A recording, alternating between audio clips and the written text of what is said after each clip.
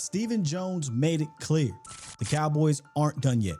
And staying true to that, they've added more depth to the offensive line by signing offensive lineman Sadiq Charles to a one-year deal, continuing their trend of low-cost competition at guard. That's now two former starting offensive linemen signed to one-year deals this offseason, and it might just hint at the Cowboys' strategy heading into the draft. Charles, a former LSU standout, was drafted in the 4th round by Washington back in 2020, and he's logged over 1,100 snaps, most recently starting at left guard in 2023. He briefly joined the Titans in 2024 and was on track to start before unexpectedly retiring. Now he's back and he fits the Cowboys' MO of a budget-friendly flyer with starting experience. This signing, like many others this offseason, doesn't exactly move the needle. Dallas is once again trying to find a designer solution in the Marshall's clearance bin.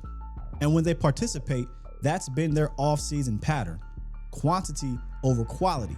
In this case, I think they're starting to tip their hand on what they might do or want to do or sacrifice in the upcoming draft. Even after what's been a relatively active offseason by Cowboy standards, none of these additions should prevent the team from drafting help at any position anywhere in the draft. But let's be real, Dallas has a lot of needs: wide receiver, running back, cornerback, defensive tackle, offensive line, and maybe even linebacker. Someone is going to get left out during the meat of the draft. The Cowboys seem to know this, and their actions suggest that they're preparing to handle the fallout of not taking offensive line help early, more specifically, guard.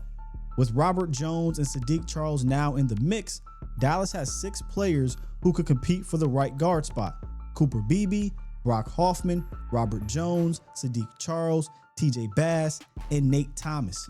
5 of those 6 have NFL experience starting on the interior. Now, in theory, that shouldn't stop them from going offensive line early. But the reality is they've already invested heavily up front: 2 recent first-round picks, a 3rd rounder, and an $80 million right tackle. What they should be thinking about, however, is the flip side: how little they've invested in playmakers. Since 1997, the Cowboys have drafted a wide receiver or running back in the first 2 rounds just 5 times: Julius Jones, Felix Jones, Dez Bryant, Ezekiel Elliott, and CD Lamb.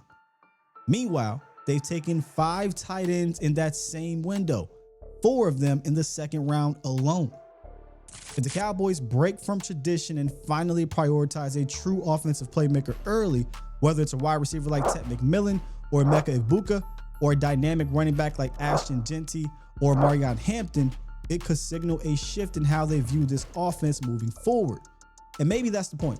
Maybe this front office is starting to realize that leaning solely on Dak and CD and hoping mid to late round finds or bargain bin signings hitting just isn't sustainable anymore. Because if you're serious about contending in 2025, you need more than just options. You need answers. With so many positions to fill, 1 or 2 will get left out in the draft. The Cowboys can't afford for that to be a playmaker again.